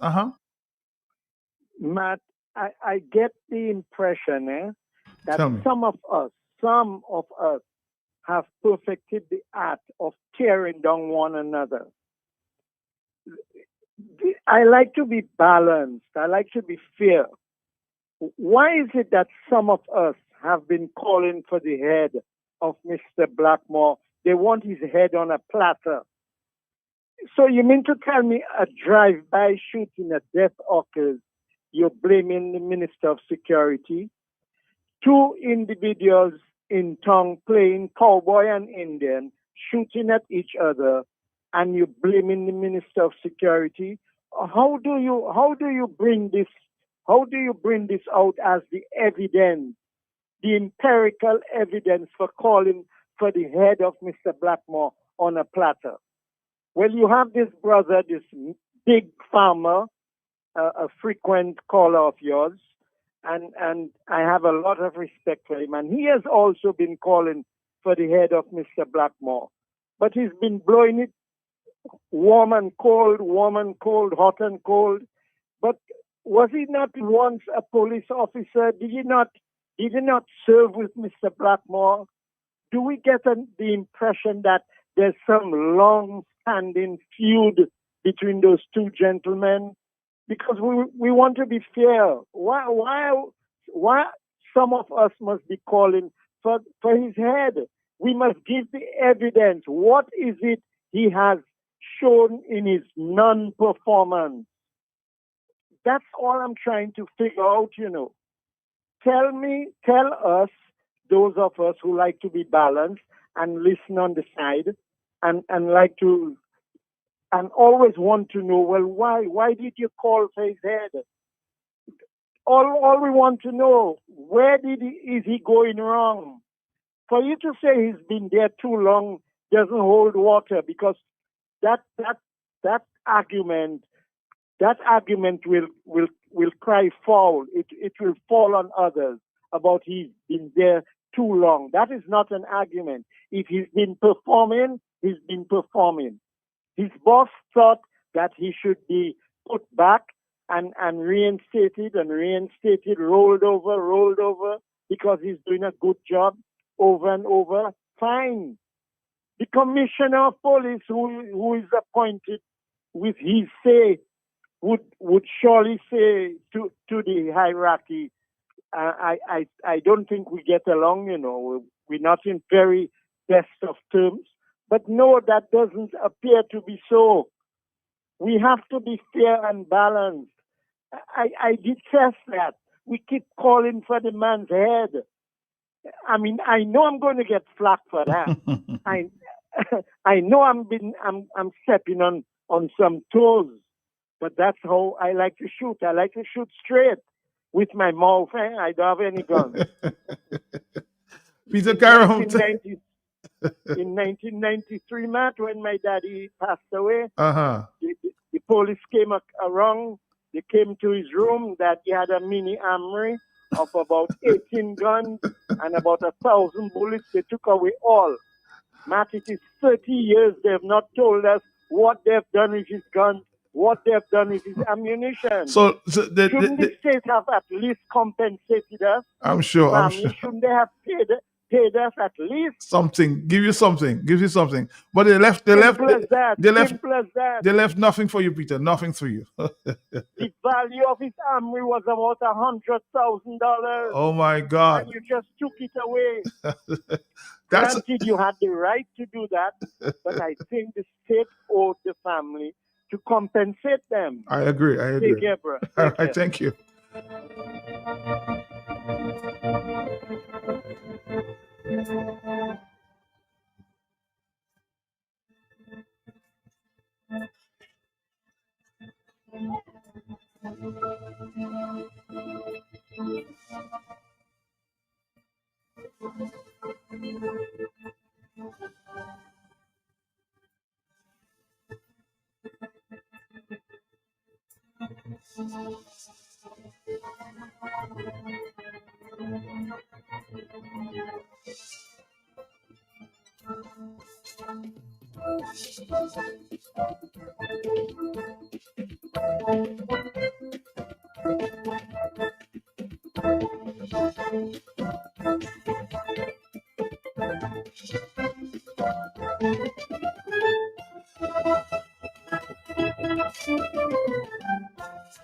Oh boy, everybody's trying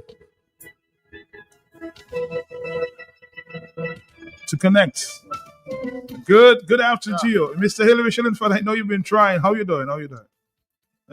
Matt, good afternoon and good afternoon to Dominica. Good afternoon to you, sir.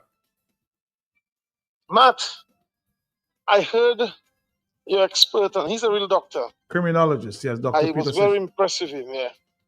I was very impressed with him. I know he has to have his diplomacy, his good diplomatic approach, but he was still blunt on certain things. Mhm.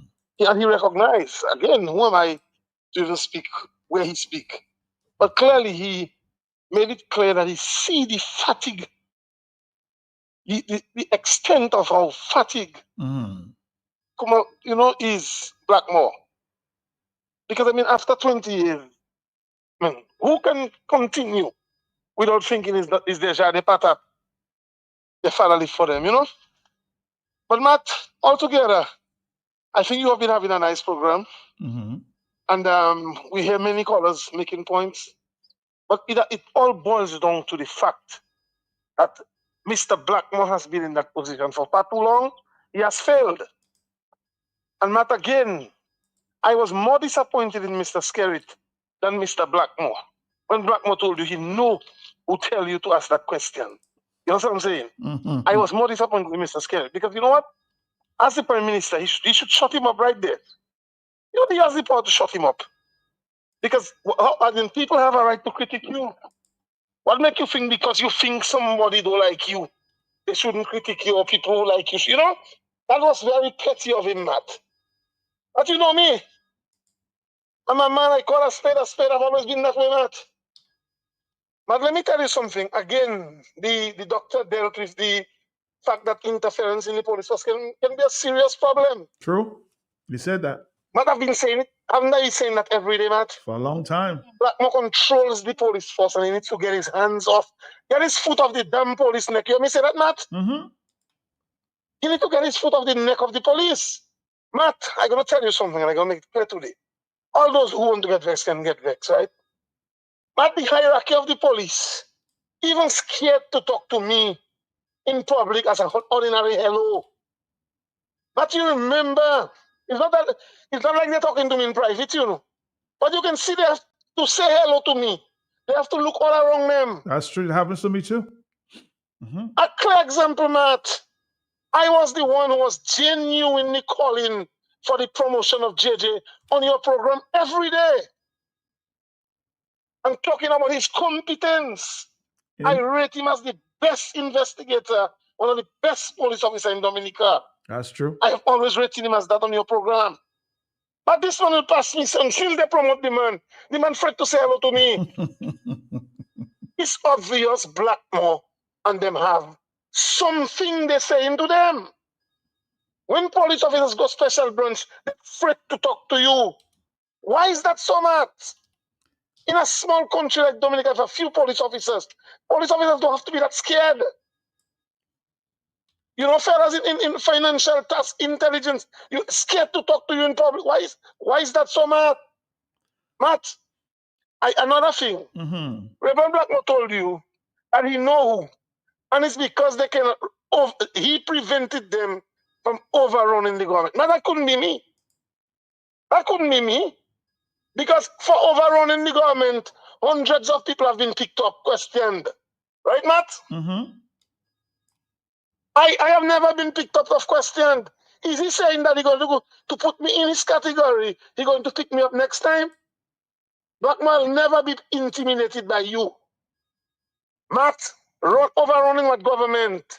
It now shows that the jackassness the police did after the demonstration that they had, and said they were trying to overthrow the government. The first one by Financial Center, this one again, is because of that same clown. It is he who allowed them to behave like fools and idiots when they bring Impact. And Impact said it was pure garbage, Matt. So Blackmore has just sold it out. It is he who tell them to use the fact that people were trying to overrun the government. With what? No guns, no arms. What is it about? This country is like a joke now, Matt. And you know, if the fatigue, you have to take a good look at Mr. Blackmore. Good look at him. A good look at him. And he's just going, if he don't want to leave it, it will drag him down. But he did say to his credit that some of the issues as it relates to crime, like I think he referred to rape and some of the issues that he said it has come down. Matt, that is his figures he's telling you. Let me just tell you something. Rape come down for several reasons, you know that. By the advent of the Spanish women, many things. Hardship on women. Things are hard in the country. So, sorry, everything is available. So rape will stay down. When the economy starts booming again, you may see a difference, man. So I'm telling you, that is not as a result of anything to do with Rebel Blackmore. Matt, what would you prefer? Listen to me, petty crime. Let me just show you how to keep petty crime down, okay? ABC. To take Blackmore can get no credit for that. Matt, when you have petty crime, generally it's paros that commit petty crime. Is that correct, Matt? True. But generally, it's more paros and young people. Matt, once you take the pool of paros, they are never defended by lawyers. They never have lawyers to defend them. They come to court, they plead guilty, you put them away. So for a session of time, when the 50 of them in the country go to jail, whether on remand or whatever, you find petty crime on a low. You with me, Matt? Yeah, I understand, because a lot of times when you cannot take credit for that. When they a lot of time they just in remand and the case not hearing, the case not being heard. Their cases are not being heard and they're languishing in prison, in remand. I'm saying to you, Matt, it is better we had a little petty crime than we have guns all over the place. All little boys have guns. And when I say that, Matt, it's because I'm trying to help Blackmore. It's because I'm trying to help the government of Dominica. It's because I'm trying to help the youth and myself and you. It is not because I want to attack Blackmore.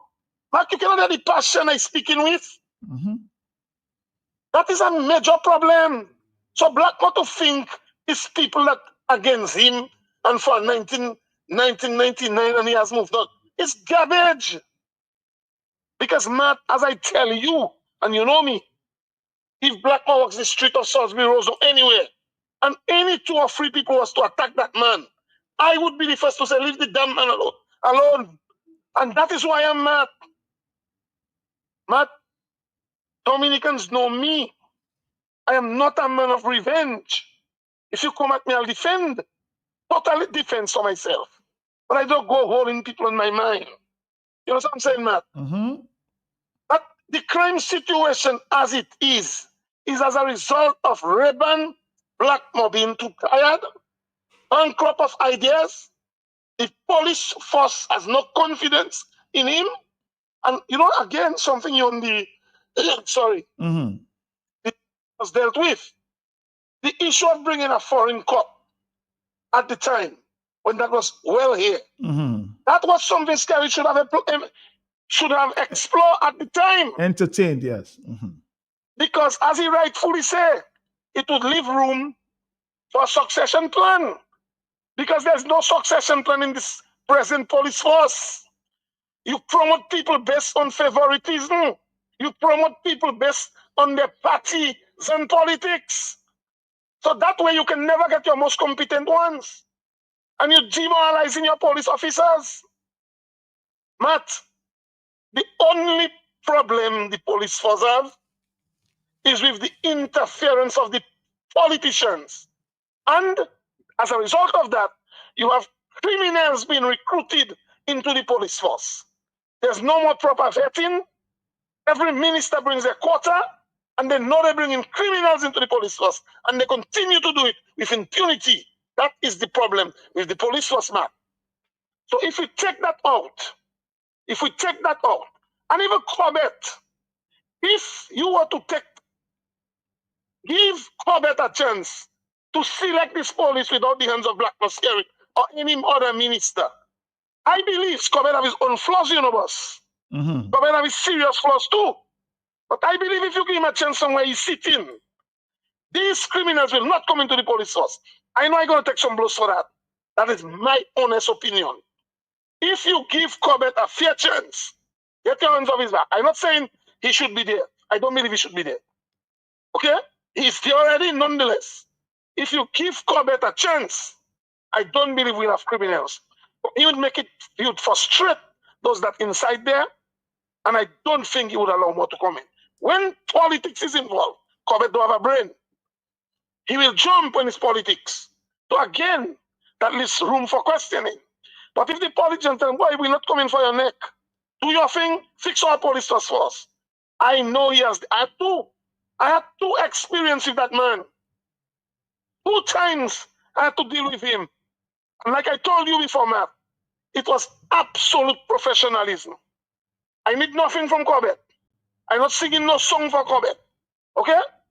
But the 2 times I had to deal with him, you know when you come in well-bred for a man? And the man was absolutely professional. So I'm saying if Blackmore move his hands in the police force, no more quota in that police force, we're going to fix it for the betterment of Dominica.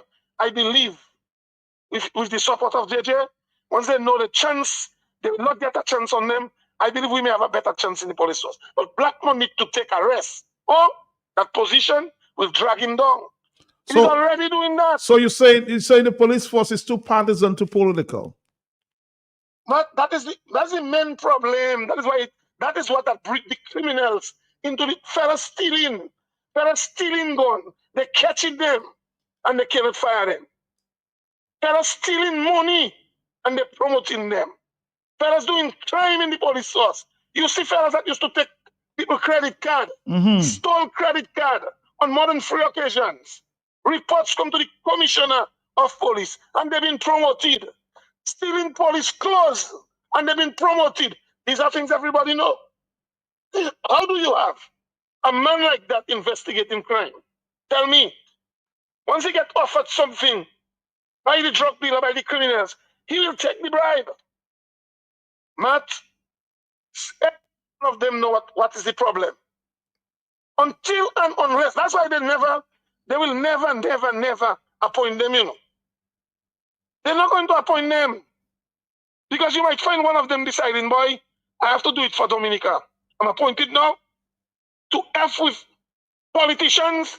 I'm going to fix my country. One might say that. That's why you have a Hollywood. You see how people being promoted. Matt, I am asking, I'm calling on who's that scary. You're not doing what we say to do. But if we say to do something, and in the final analysis, you see that is the best thing. We're not saying to fire Blackmore. Blackmore may be able to work somewhere else.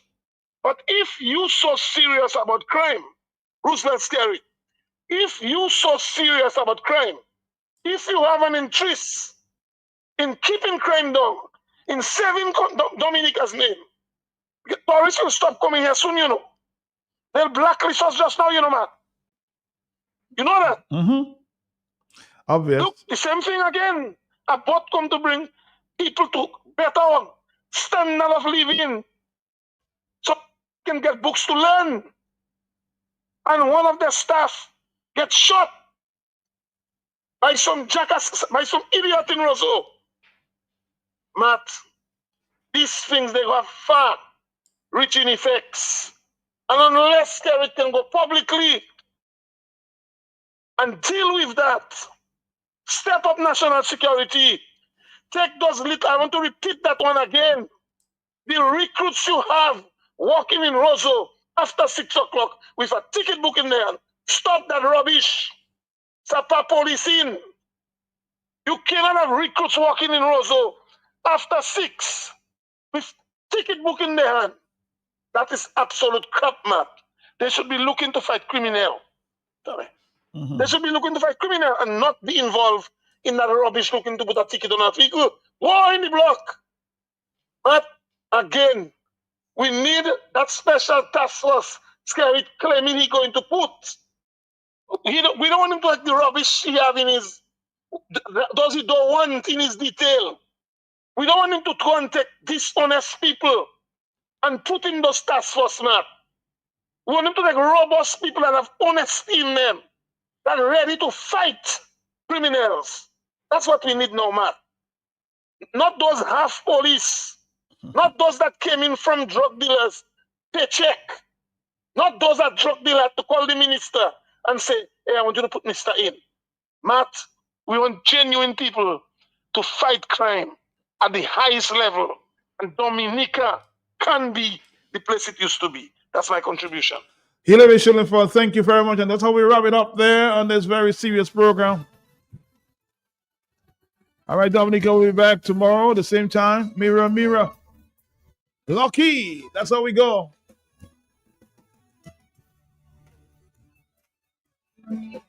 Very serious contribution there by Mr. Hillary Shillingford. Straight shooter. We've got to go. It's already 9 past the hour of 3 o'clock.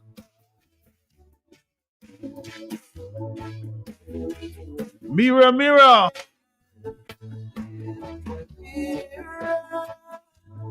It's your face I see, even when I go to sleep at night. It's your face. We all have to come together to fight this, of course. This crime situation in Dominican. You are the last to despise me when I'm down. Well, start on my show, oh man. I don't know.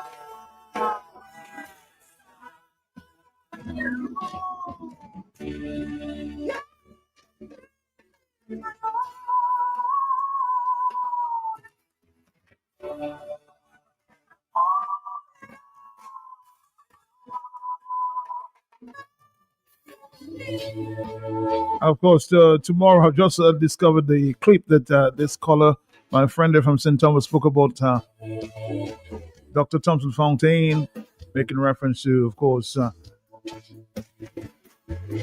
young people in crime. I'll play you the exact statement tomorrow, okay? It's an open line.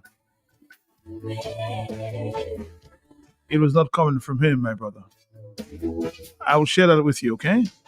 I don't know.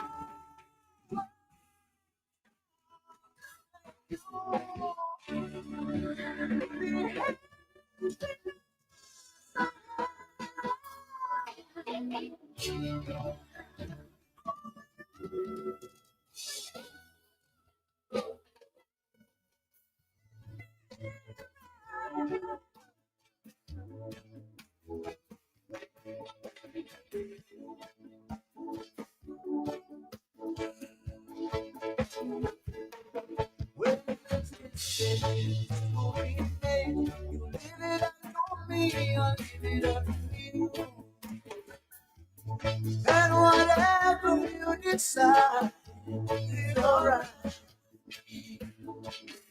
Some people say you're so difficult.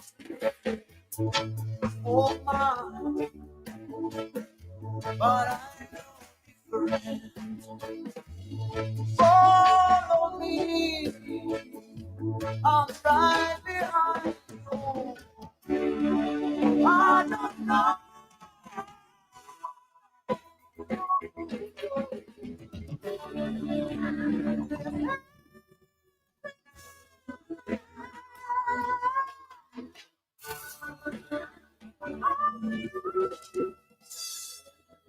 Brother Lucky Dove in the afternoon. What a cool afternoon.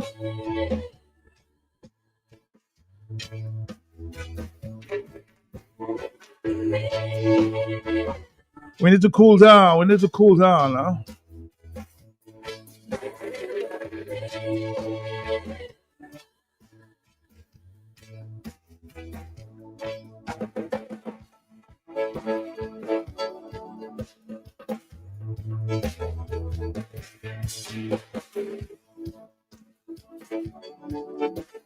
I'm gonna stay around with you until 3:30 hour, okay?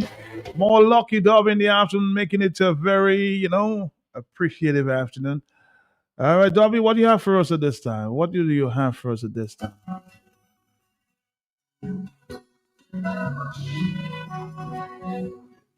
Tone down, drink some water, cool out. And this is your afternoon radio. Small business coming up at 4 o'clock.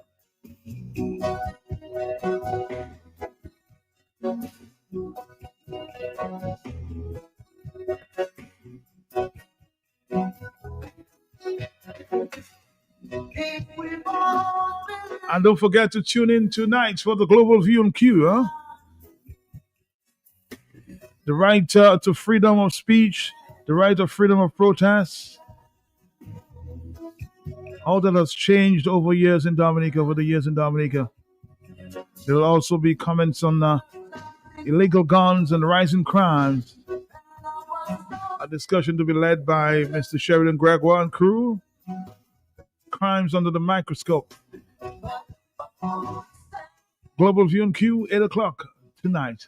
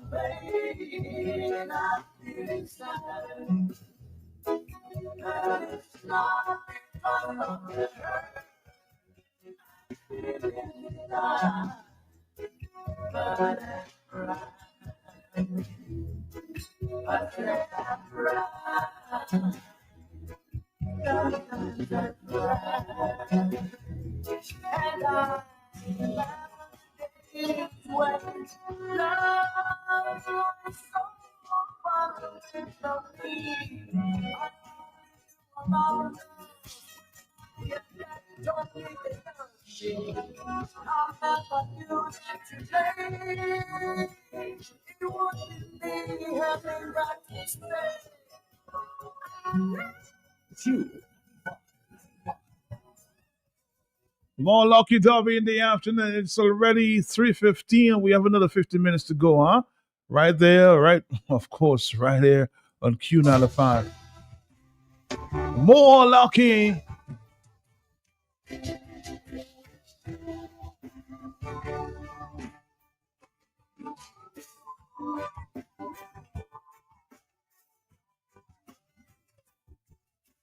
My brother, my enemy.